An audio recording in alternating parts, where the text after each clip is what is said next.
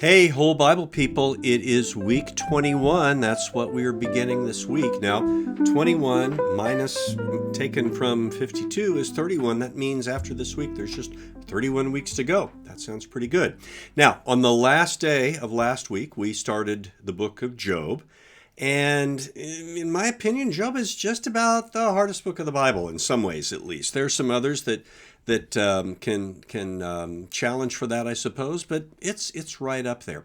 So last week we read the beginning scenes of Job, where the adversary comes before God in his court to say, I'm not sure there are any righteous people out there. And God says, well, look at Job. He serves me wholeheartedly.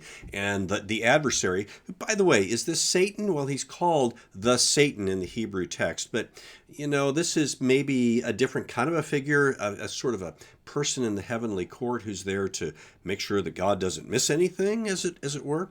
So this guy says, I think he might just serve you because you give him good stuff. So let's say we take that away. And so God gradually gives him permission to take stuff away from Job. And Job comes into enormous calamity. This is very famous.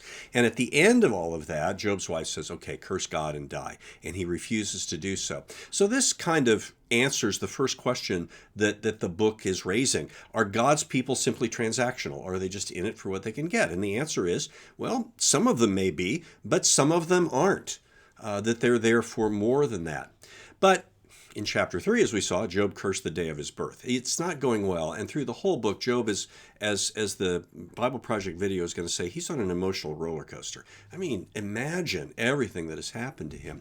So the second question, really, of the book is, do the righteous get upset when they suffer? And the answer is yes, absolutely. And God does not tell them, don't be upset. You are allowed to yell at God, according to the Bible. You've noticed that in the Psalms as well, I'm sure. Well, as this week begins, we're going to see Job's friends visiting him. And the best thing they do is at the beginning of the book, where they just sit in silence with him for a long, long period of time.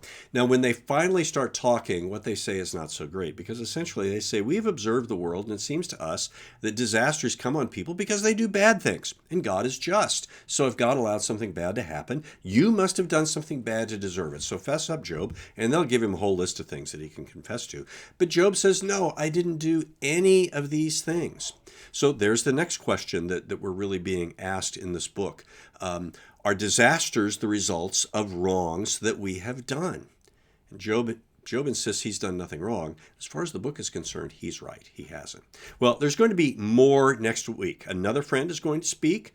He's going to have a different perspective. It's more helpful than the other friends, but, he's going to get a B by the end of the book. In fact, nobody is going to get above a B in this book except God. Okay, and God is going to show up at the end of this book.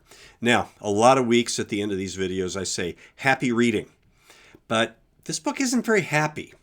So maybe this time I'll just say, may God guide and enlighten you as you read.